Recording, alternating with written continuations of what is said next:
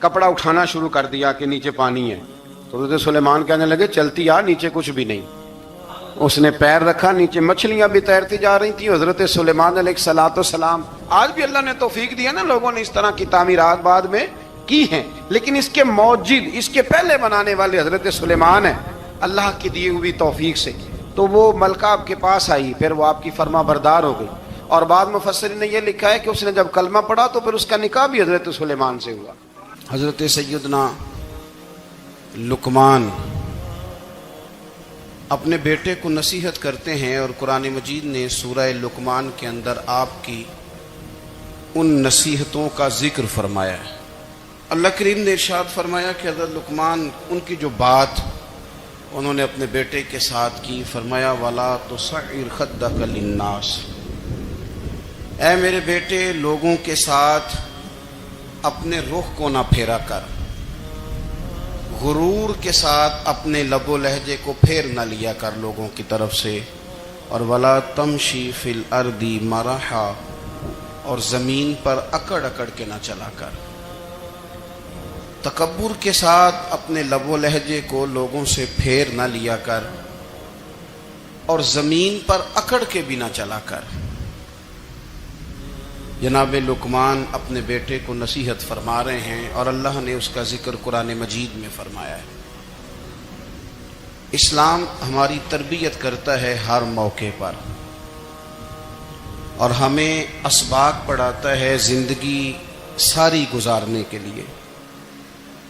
انسان کی بات کا دوسرے پر بڑا اثر ہوتا ہے, لیکن اس کی بات کے ساتھ ساتھ اس کے لہجے کا بھی بڑا اثر ہوتا ہے.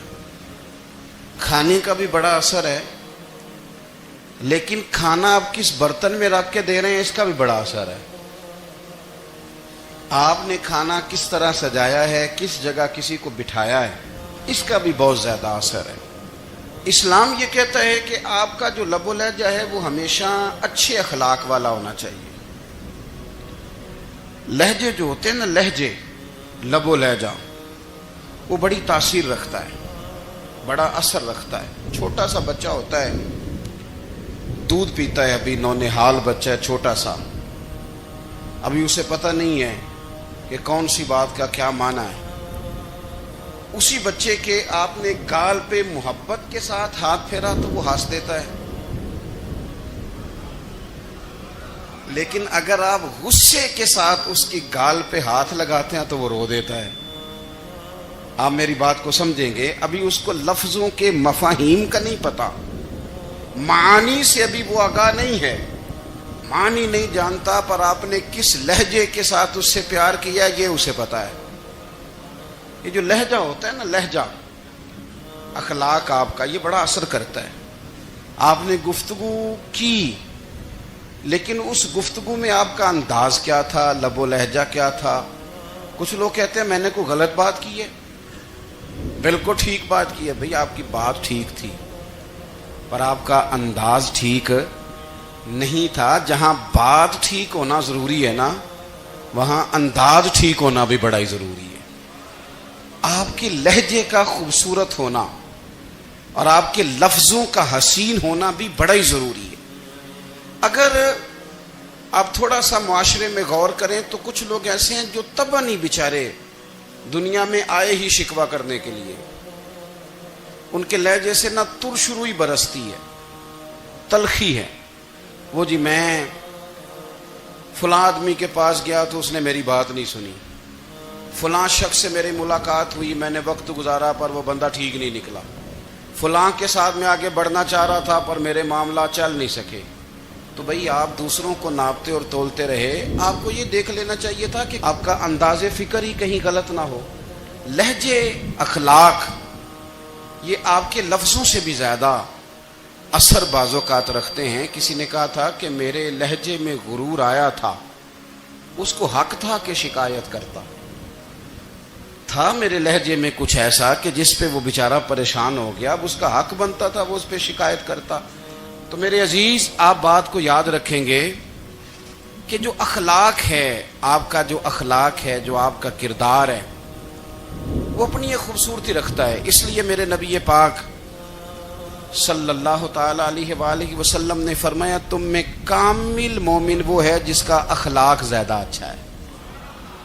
جو کہانیاں زیادہ سناتا ہے وہ نہیں, جو اپنی خدمات زیادہ بتاتا ہے وہ نہیں, جو باقی سب کی نفی کر کے کہتا ہے کہ دنیا میں کوئی بندہ ٹھیک نہیں صرف میں ٹھیک ہوں, وہ والا بندہ نہیں. بلکہ فرمایا جس بندے کا اخلاق زیادہ اچھا ہے. اخلاق دیکھیں, یہ جو آپ کا لہجہ ہوتا ہے نا, یہ بہت زیادہ اثرات مرتب کرتا ہے آپ کے گھر پہ بھی باہر بھی. آپ اگر اپنی گفتگو میں باڈی لینگویج کو تھوڑا سا اچھا رکھیں, کچھ لوگ ایسے ہوتے ہیں جو بات بڑی صحیح کرتے ہیں پر کچھ زیادہ ہی باتیں کرتے ہیں, تو وہ زیادہ باتیں کرنے کی وجہ سے ان کی جو صحیح باتیں ہوتی ہیں ان کا بھی وزن خراب ہو جاتا ہے, کیونکہ وہ زیادہ باتیں کرتے ہیں, ہر وقت بولتے ہیں, ہر وقت بات کرتے ہیں. تو جب وہ ٹھیک بات بھی کر رہے ہوں تب بھی ان کی بات کا لوگ اثر قبول نہیں کرتے. لیکن اگر ان کا لہجہ باوقار ہو, بات وہ تھوڑی کریں پر جتنی کریں ذرا سونی کر کے کریں, گفتگو میں خود بخود اثر پیدا ہو جائے گا, بات اچھی لگے گی. اخلاقی رویے اگر لوگوں کے زیادہ اچھے ہو جائیں, ایک تو مسکرانے کا بل کوئی نہیں آتا, اس کے پیسے کوئی نہیں لگتے, اور یہ بھی شکر ہے ابھی تک اس پر ٹیکس بھی کوئی نہیں, یہ بھی مقام تشکر ہے. تو اگر آپ بات کریں اور اس میں تھوڑی سی مٹھاس پیدا کر لیں, آپ تھوڑی سی بات میں نا مٹھاس. میرے ایک کلاس فیلو ہیں, تو وہ تقریر کر رہے تھے اور میں سن رہا تھا, تو مجھے بعد میں کہنے لگے آپ تبصرہ کریں میں نے کیسی تقریر کی ہے. یہ ہوتا ہے نا جی, بعض اوقات دوست بیٹھتے ہیں بے تکلف تو کئی دفعہ کچھ باتیں ایسی ایک دوسرے کے ساتھ کرتے ہیں. تو مجھے کہنے لگے آپ بتائیں کہ میں بات کر رہا تھا تو کیسی تھی. تو میں نے کہا جب آپ بات کر رہے تھے تو میں ڈر رہا تھا, مجھے لگ رہا تھا کہیں آپ لڑ نہ پڑیں. بھئی آپ اطمینان سے بات کریں, آپ تسلی سے بات کریں, آپ خندہ پیشانی کے ساتھ بات کریں. میرے نبی پاک صلی اللہ تعالی علیہ وسلم نے فرمایا, مسلم شریف کی حدیث ہے, حضور فرماتے ہیں نیکی کو کبھی چھوٹا نہیں سمجھنا, نیکی کو حقیر نہیں سمجھنا. کچھ نہ ہو سکے تو اپنے بھائی سے مسکرا کے بات ہی کر لیا کرو. بات کرو تو تمہارے لہجے میں ترش روئی نہ ہو. بعض اوقات آپ تلخ بات کرتے ہیں, آپ کا لہجہ تلخ ہوتا ہے تو آپ کی صحیح بات بھی قبول نہیں کی جاتی. لیکن اگر آپ کے لہجے میں مسکراہٹ ہو, آپ کے لہجے کے اندر خوبصورتی ہو, تو آپ کے اپنے بھی آپ کے بیگانے بھی سب کے سب آپ کی بات کو تسلی کے ساتھ سمجھنا وہ گوارا کریں گے. اسی طریقے سے ہمارا دل کرتا ہے کہ لوگ ہماری بات سنیں, ہمارے گرویدہ ہوں,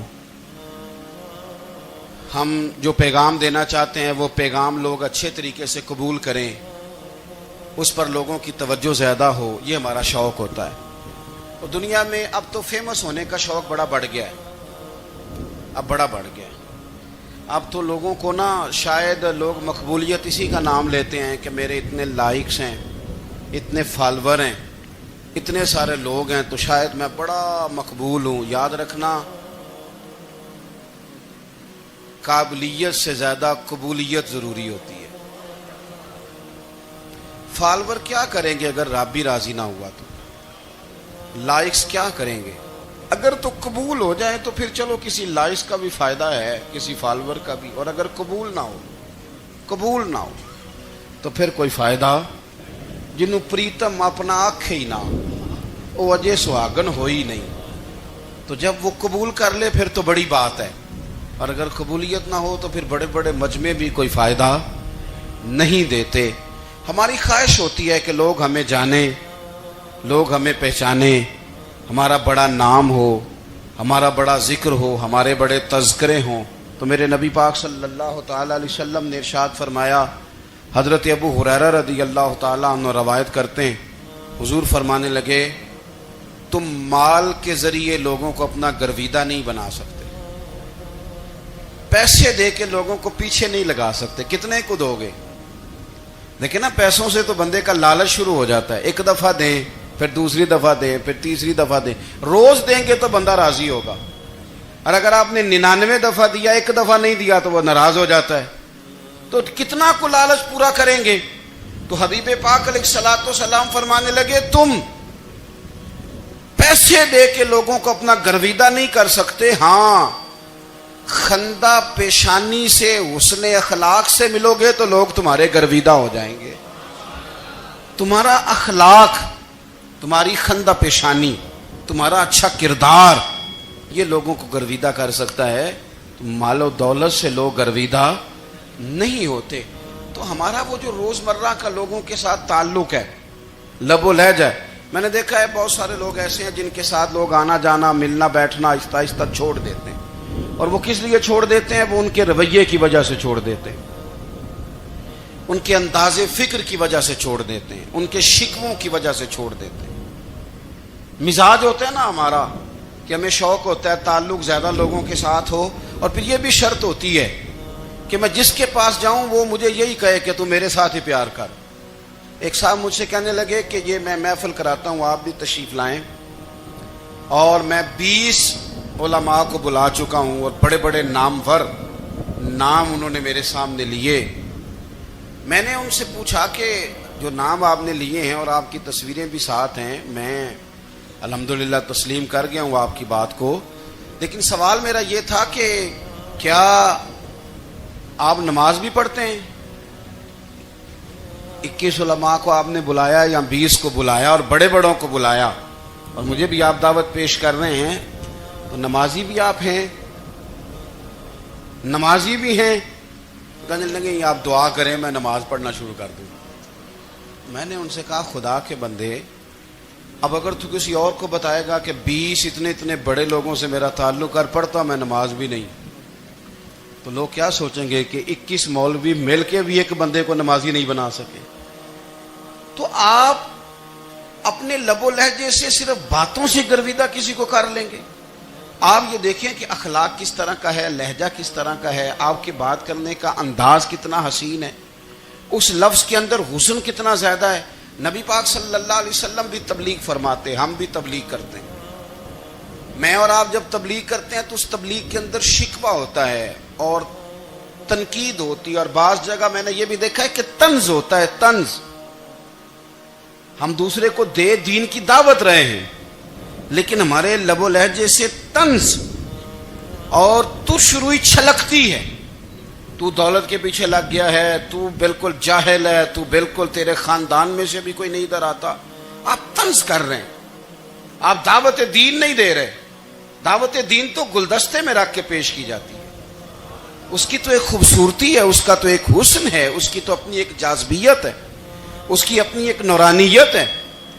صحابہ کرام علیہم رضوان فرماتے ہیں کہ حضرت سعد بن معاذ رضی اللہ تعالیٰ عنہ کا جنازہ تھا.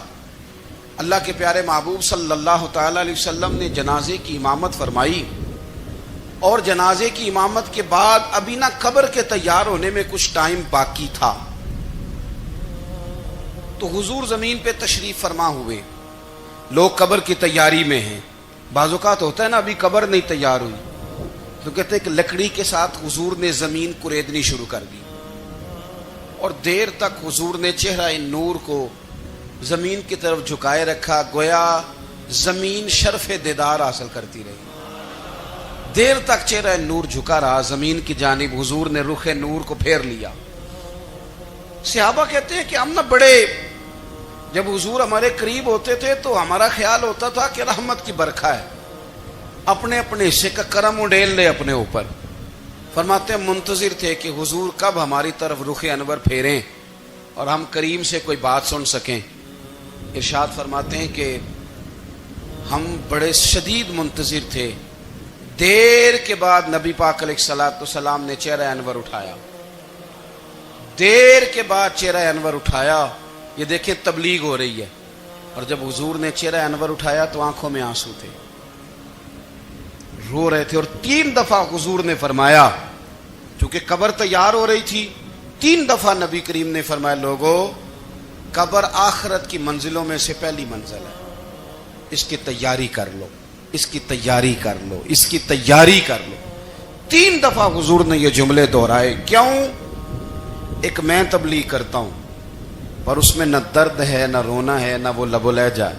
ایک حضور دعوت دے رہے ہیں قبر کی تیاری کی، لیکن اس میں آنسو ہیں، اس میں خاص رغبت ہے غلاموں کے لیے.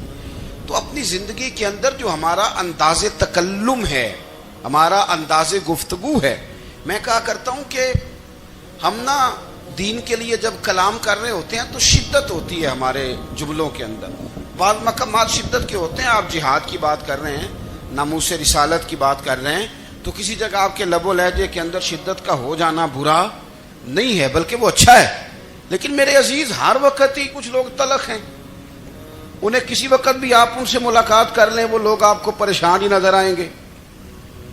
حضرت سیدنا عبداللہ ابن عمر رضی اللہ تعالیٰ عنہ روایت کرتے ہیں کہ نبی پاک صلی اللہ تعالیٰ علیہ وآلہ وسلم نے ارشاد فرمایا کہ جنت میں ایسے بھی کمرے ہوں گے، جنت میں کچھ ایسے کمرے، کچھ ایسے مکانات بھی ہوں گے کہ باہر کھڑے ہوں گے تو اندر نظر آئے گا، اور اندر کھڑے ہوں گے تو باہر نظر آئے گا.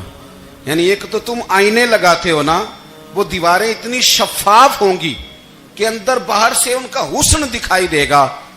حضرت سیدنا مالک اشعری رضی اللہ تعالیٰ عنہ بیٹھے تھے، کہتے ہیں میں نے فوراً عرض کی حضور وہ ملیں گے کس کو؟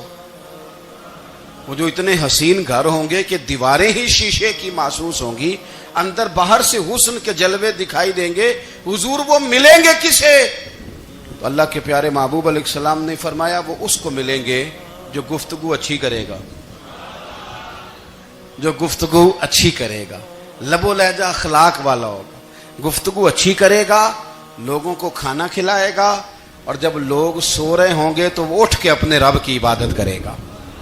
اس شخص کو وہ مکانات ملیں گے جن کی دیواریں آئینے کی مانند ہوں گی، جن کا حسن تازہ ہوگا، جن کو اللہ تبارک و تعالیٰ نے اپنے فضل سے مزین کیا ہوگا، سنوارا ہوگا.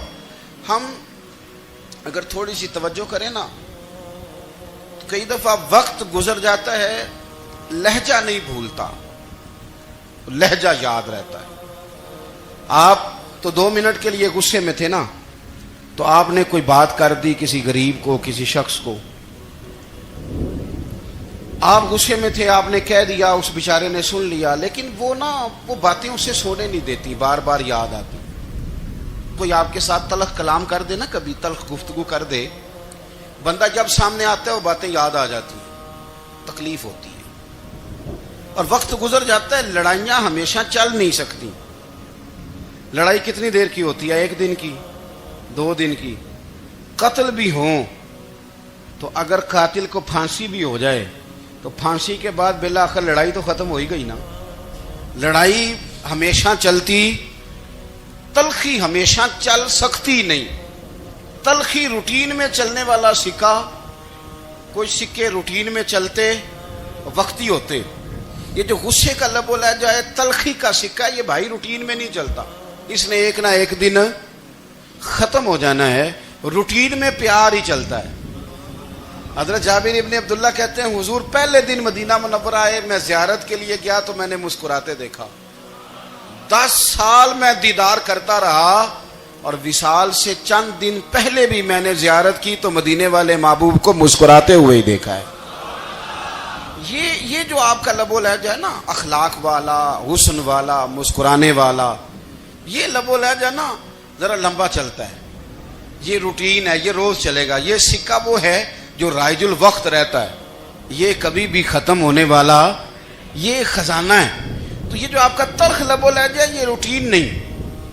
عارف رومی رحمۃ اللہ علیہ فرماتے ہیں کہ مثال دینے کے لیے بات سمجھاتے ہیں. فرماتے ہیں ایک شخص جنگل میں لکڑیاں کاٹنے جایا کرتا تھا تو شیر سے دوستی ہو گئی، یعنی ڈائریکٹ بادشاہ سے دوستی ہو گئی. اور بادشاہ بھی وہ جو جنگل کا بادشاہ ہے، جنگل کے بادشاہ سے دوستی ہو گئی. اب وہ لکڑہارا غریب آدمی تھا، لکڑیاں تو کاٹنی ہوتی تھی.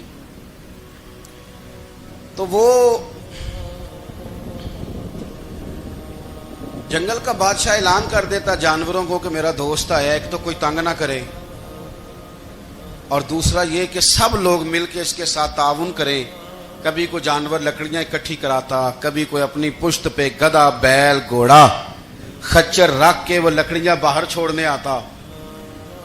تو اب اس کی بڑی دھوم مچ گئی جنگل کے اندر. لکڑہارا مزدور تھا، وہ بادشاہ سے دوستی کر کے بادشاہ ہی بن گیا. وہ گھر آ کے نا بیوی کو اکثر بتاتا کہ میرا ایک دوست ہے، میں جاتا ہوں تو ساری پہلے ہی مخلوق کھڑی ہوتی ہے میرے استقبال کے لیے. دوستی جو بڑے سے ہو گئی ہے. بنا ہے شاہ کا مصاحب تو پھر یہ ہے اتراتا، وگرنہ شہر میں غالب کی آبرو کیا ہے؟ ہم نے تو پوچھتا ہی کوئی نہیں، یہ تو بنا ہے شاہ کا مصاحب تو پھر یہ ہے اتراتا، وگرنہ شہر میں غالب کی آبرو کیا ہے؟ تو وہ لوگوں کو بتاتا، بیوی کو بھی بتاتا دوست ہے، تو بیوی کہنے لگی اتنے تو تعریفیں کرتا ہے، یہ نہیں بتایا کہ وہ جنگل کا شیر ہے، بس نیرا دوست بتا دیا۔ بیوی کہنے لگ گئی کہ تو اتنا جو اس کا ذکر کرتا ہے تو کسی دن بلا نا،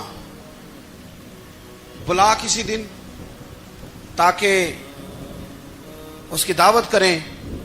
اب اس نے پھر نہ اس کو پردے میں رکھا، کیا کہتے ہیں آج کل، سرپرائز دینا ہے، ان کا سرپرائز دینا ہے جی، پردے میں رکھا کہ وہ شیر ہے۔ تو وہ بلا لیا گھر، اب اس کے لیے کچا گوشت، ظاہر ہے شیر نے کچا گوشت دکھانا تھا۔ وہ کہنے لگی پکانا کس طرح کا ہے؟ وہ کہنے لگا جب وہ آئے گا پھر بتاؤں گا۔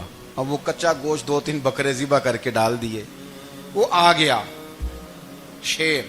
اور پھر امی کہتے جب وہ آیا نا تو اس کی بیوی نے دیکھا تو اس نے ایک سخت جملہ کہہ دیا، کہنے لگی اوہو میں سمجھی تھی پتہ نہیں کون ہے، اس طرح کے درندے تیرے یار ہیں، کتے بلے دوست بنائے ہوئے ہیں، یہ کیا بات ہوئی؟ خیر وہ شیر نے سن لیا، گوشت کھایا، وہ چلا گیا۔ اگلے دن لکڑ آ رہا، لکڑیاں کاٹنے گیا تو شیر نے ملاقات کرتے ہی لکڑ آرے سے کہا کہ یہ نا کلاڑی اٹھا اور میری پشت پہ نا ایک زخم کر دے۔ اس نے کہا نہیں میں یہ کام نہیں کرتا، تو میرا دوست ہے۔ اس نے کہا سن بھائی میں نے پیار سے کہا ہے تو مان جا، ورنہ میں ہوں شیر، میں نے تجھ سے منوا ہی لینا ہے، میں کوئی تکلیف دوں گا مناسب نہیں، تو کر۔ اس نے کلاڑی اٹھائی اور اس کی پشت پہ ایک زور سے زخم لگا دیا، خون بہنے لگا۔ اس نے کہا تو نے آج کے بعد آنا ہے، لکڑیاں کاٹنی ہے، تجھے کوئی کچھ نہیں کہے گا، بس یہ ایک حکمت تھی جو میں نے کیا ہے۔ قصہ مختصر، وہ آتا رہا، لکڑیاں ملتی رہیں، خدمت بھی ہوتی رہی، 6-8 ماہ گزر گئے۔ ایک دن شیر اس سے کہنے لگا یہ میرے ذرا بال اٹھا کے دیکھ، وہ جو تو نے زخم لگایا تھا وہ کہاں پہ ہے؟ اس نے وہ بال اٹھا کے دیکھا تو زخم ملا ہی نہیں، کئی جگہ پہ ٹٹولا کا یار یہاں تھا یہاں تھا یہاں تھا۔ شیر نے پھر کیا کمال ہی جملہ کہا، اس نے کہا کہ وہ جو کلاڑی کا زخم تو نے لگایا تھا نا وہ مکمل ہو گیا، لیکن تیری بیوی کا جو لہجہ تھا اور اس کی جو تلخی تھی وہ آج تک میرے ذہن میں موجود ہے، وہ ابھی بھی مجھے تکلیف دیتی ہے۔ بات سوچتا ہوں مجھے اس نے درندہ کہا، اس نے میرے بارے میں اتنے کچے اور کمزور اور سخت جملے کہے، تو وہ بات مجھے بھولتی، وہ آج بھی میرے ذہن میں اسی طرح گونجتی ہے۔ تلخ جملے جو اس نے کہے اور خوفناک جو انداز اس نے اختیار کیا، وہ بات مجھے کبھی بھی بھولتی۔ تو آپ کے لفظ لوگوں کو بھول جاتے ہیں پر لہجہ یاد رہتا ہے، اگر ہم اپنے لہجے پر تھوڑی توجہ ہی کر لیں۔ کچھ لوگ کہتے ہیں جی میرا جی روٹین ہی یہ ہے بات کرنے کی، تو یہ یاد رکھنا کسی وقت ایسا بھی ہوتا ہے کہ شیر کو سوا شیر مل جاتا ہے، پھر ایسا نہ ہو کہ آپ کی تلخی کی جواب میں کوئی اس طرح کی تلخی ہو کہ پھر آپ اس کو کبھی بھلا نہ سکیں۔ اللهم صل على سيدنا ومولانا محمد، اللهم صل على سيدنا ومولانا